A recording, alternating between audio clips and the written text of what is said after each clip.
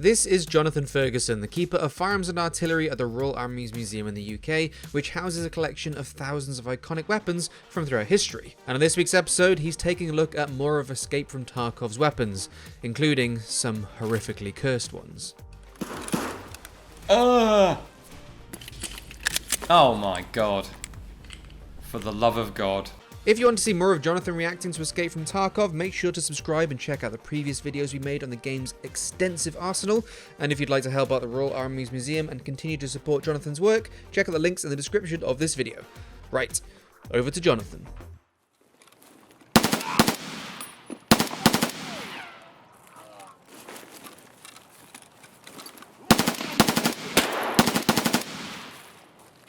People have on and off been a bit obsessed with hybridizing the AK and the AR-15 family of rifles. I suppose because they are the top two. So I think there's a bit of a fascination with smashing those two designs together. And the obvious idea is you get all of the ergonomic benefits, certainly to a Western military user, of an AR with the caliber or the cartridge type of the AK. Now, whether that's really an advantage or not depends who you talk to. We haven't got one to compare it to, but it looks to be well implemented. Got some nice, those lovely meaty sound effects and all of the right handling animations, press check after loading, all that kind of stuff, all looking good. Of all of the games to feature a hybrid AR, AK, Tarkov seems like the one with the most merit.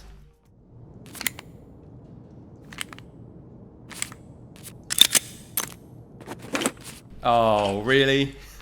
I'm gonna have to pause there.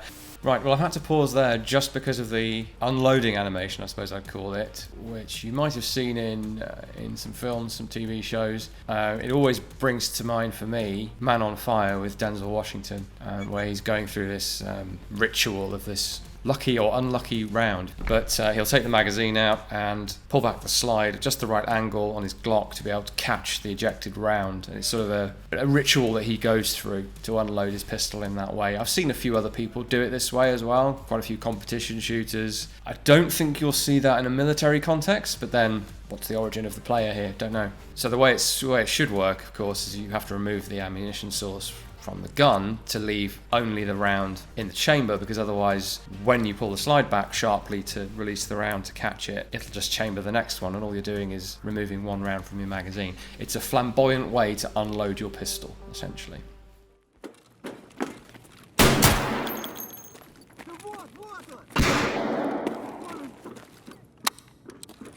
Slightly curious clip there where we've loaded into the game and there appears to be one round in the gun, so a round in the chamber, none in the magazine. First shot goes off, then there's a click, but the slide hasn't locked open. The only way that would happen in real life is if you limp-wristed the gun and there wasn't enough resistance for the slide to cycle, or there was a malfunction with the weapon and one way or another the slide didn't lock open, because the slide should lock open. So yeah, interesting anomaly there. Pete, if you know what happened there and whether it's a quirk of the game or I'm missing something, please do let me know.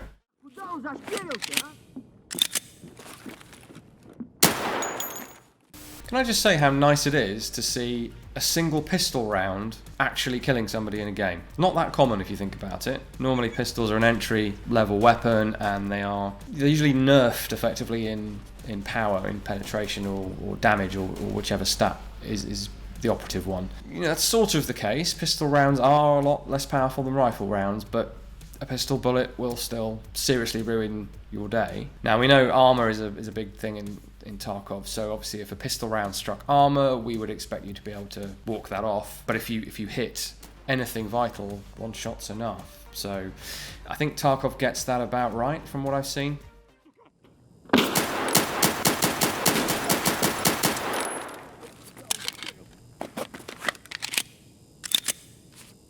Right, this time I actually glimpsed on screen a warning of a malfunction, specifically misfire. So that means that the firing pin has struck the primer on the cartridge and the cartridge has failed to ignite. Bad ammunition, bad primer, whatever. And so you'd have to clear that malfunction. The typical default for that would be to smack the magazine to make sure it's seated and cycle the gun to eject the failed round or whatever the stoppage might be. That is designed to account for a number of eventualities, but in this case that would certainly work because it would get your dud round out of the gun and the next one into the chamber. Yeah. So this is a deliberate effort to break my brain, isn't it? Well, they wanted a reaction, and here it is. It's a firearm that only a mother could love, I think is probably the best thing I can say about it. So it's our old friend, the Mosin, or the Mosin Nagant, or the three-line rifle, and it has been butchered. There's some sort of muzzle device on it that I can't quite see, thankfully. Scope mount with a 20 power scope or something on it, light and laser module. I suppose you could maybe live with that, but then we have a sawn-off grip sticking out the back of the gun, wrapped in blue electrical tape, I think that is. And then the final kind of kick in the nuts, really, is the ergonomic pistol grip, which is a contradiction in terms when you're dealing with this thing, which is just a complete stranger to the concept of ergonomics. This has been done deliberately, and it hasn't gone unnoticed. Right, so I hadn't noticed the laser on the other side, so we've got two lasers. I think this thing would have a modicum of merit if you ditch the scope, because it's clearly, even in the game, I think it's easier to use with the lasers than with the scope, and just try and sort of hit fire the thing, which lasers are, that's what lasers are for, not necessarily hip firing, but aiming using the laser beam rather than the sight. They have their place, but I'm not sure their place is strapped to the size of a Mosin Nagant.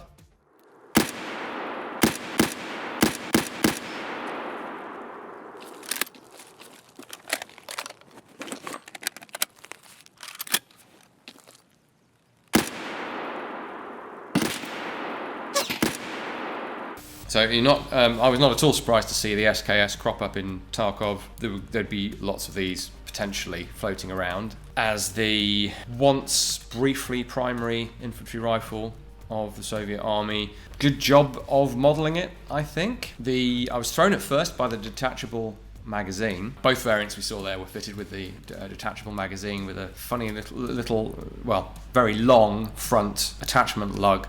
I actually had to look this up. I was not familiar with these aftermarket extended capacity magazines. Needless to say, being the game that it is, they are a real thing. Now I've grabbed this one, not just to show you an SKS, they're 10 a penny. This came back from Iraq, and it has been chromed. All of the metalwork on this, despite the rough appearance overall, it does look a little sorry for itself, but it has literally been in the wars. So this is a Russian 1952 example from Iraqi service, chromed for parade use of some kind. It's now an historical artifact. And then the other variant we saw was the dreaded Tapco SKS, which we've seen in Battlefield as well. Nothing against Tapco as a company. They offer aftermarket furniture and accessory upgrades for legacy rifles like this. So if you want your rifle to look more modern and be a bit more ergonomic, you can upgrade your rifle in that way. Traditionalists like me, rifle is fine.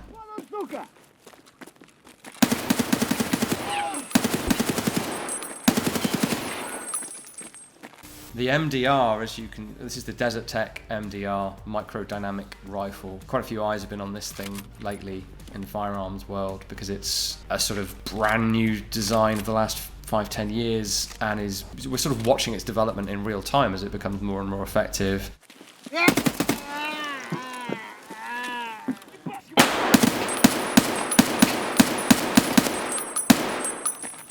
So that was a really good example of sound design and trying to represent what happens when you take a firearm from outdoors indoors. And what happens in reality is, unless you've got hearing protection on, you get deaf, because even a pistol, let alone a rifle, the concussion, the blast, it's pretty overpowering. But you can readily tell the difference in the game, as you should be able to, between how resonant, how loud, apparently loud the sound is. It's a simple function of sound waves bouncing off walls and ceilings and floors, whereas outdoors, of course, it's just the floor and anything that is nearby. It's happening again.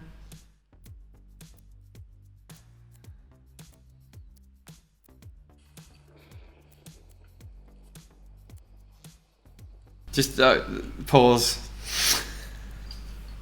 Oh God. I don't know where to start. Somehow this is worse. So we've got wooden furniture on an AR, which is you know, you can get that. I don't know, I think the gigantic coffin mag kind of tips it over the edge into insanity. The giant scope essentially preventing you from cocking it properly, although the player manages it fine. But then they've removed the stock entirely, leaving just the buffer tube, so you can't shoulder this thing. A short barrel as well, so it's not even like an SVD length barrel. And then just to top it off, we've got like the Surefire 100 round magazine. It's a masterpiece. Well, and here we see the result, probably similar to the result that we'd observe in real life, of removing the buttstock from an AR-15 and firing it on automatic, because it climbs to the heavens, made all the more exaggerated by the view through the scope that we're getting. It's making a statement, and I think that statement is, I have no idea how guns should be.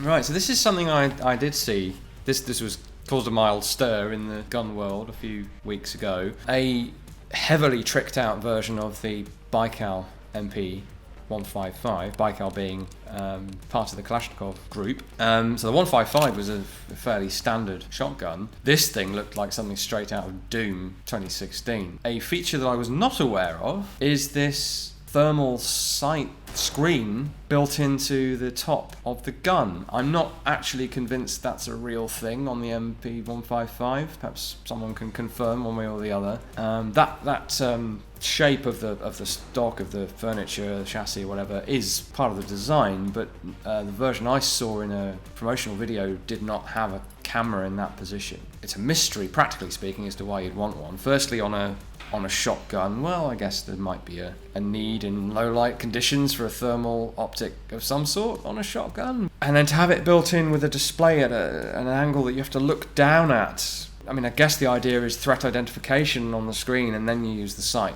But the gun itself is a genuine Russian shotgun, so why wouldn't you put it in Escape from Tarkov?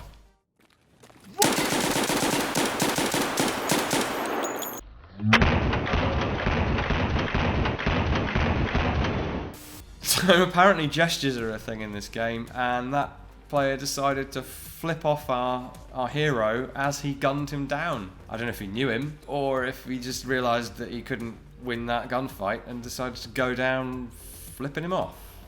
Either way, pretty hilarious. Oh my god. For the love of God. Just when I think we're going back to normal, and I'm prepared because I know that this weapon was actually procured with a forward rail system and a suppressor mount, so I was ready for an unconventional looking pistol, and we have what looked like a pair of gigantic flashlights mounted to the side rails, which you could absolutely do with this pistol. I've got a red dot sight on the top, absolutely fine. Suppressor, yes, it's designed for suppression. It's just the fog lamps that don't really make any sense. So as soon as these flashlights get turned on, we lose our optical sight entirely, and essentially the player is using the white disc of light that appears in the optic as their way of aiming, I imagine. And of course, from the victim's point of view, similar to real life, you are going to be unable to function, or at least unable to see where to return fire. So, but again, you can achieve that effect with a single small flashlight rather than 3 giant ones.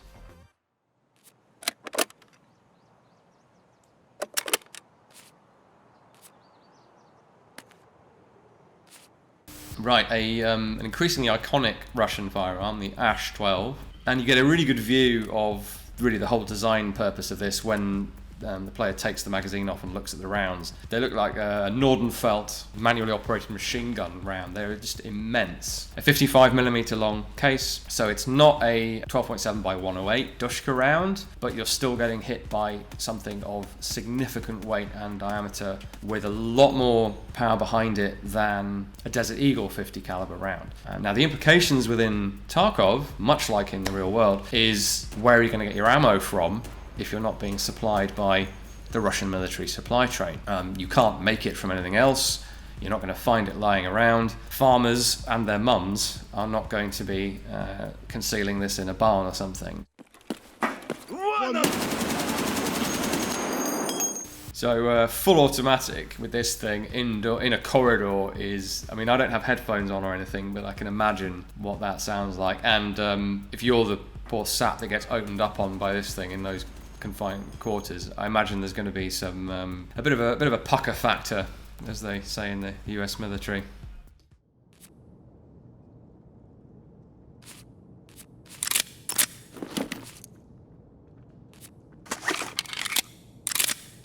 Right, I'm feeling less left out now because we do have several Stechkins in the collection here at the Royal Armouries, and the APB is one of them. So this is the suppressed variant that we see in that clip, complete with wire shoulder stock, which is detachable with a latch underneath, and then the suppressor is actually stored on the wire buttstock, which is really quite impressive. Quite a long suppressor with a lot of volume for the cartridge type, so should be pretty effective. I haven't heard one of these fired, so I don't know how realistic the suppressed sound effect in the game was, but it sounded about right to me.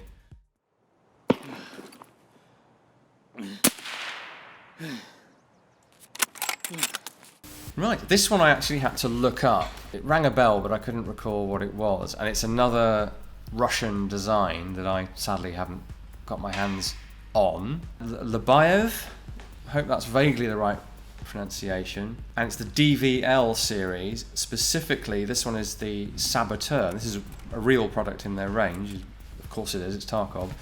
So we've seen some scope adjustment there. So we've got a giant long-range scope on this thing, with a little comedy red dot sight piggybacking on the top for close range. What we saw there was the player adjusting the it's often referred to as zeroing. Technically, zeroing is making your point of aim, point of impact coincide at a certain distance. In other words, both up and down and left and right. In video games, when we say zeroing, what we really mean is elevation adjustment or bullet drop compensation. And you can see the reticle actually move, and the player scores a headshot. And I think I saw 200 flash up, so I'm guessing that was 200 meters.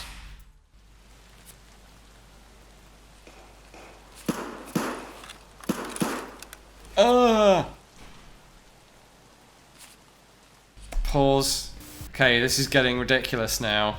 I actually am lost for words at that one. I think it's the juxtaposition of no top cover and a whacking great Picatinny rail sight mount almost acting as a top cover. I think that's just giving me an aneurysm. And then the stacked sights attached to the scope. What can I say? It's just a masterpiece, and I am speechless. I spoke too soon. I spoke too soon because now we have a drum magazine merrily clipping through our wrist, which I think just goes to show that even the game doesn't approve of this. You see, they've brought this upon themselves by giving you functionality. Well, A, to let you build something like this, and B, to be able to toggle through your different optics, which I'm pretty sure is designed for a piggyback red dot or a canted reflex sight, not 3 red dots mounted to the top of your scope, all of which are functional. I don't know whether to be impressed or disgusted. I genuinely don't.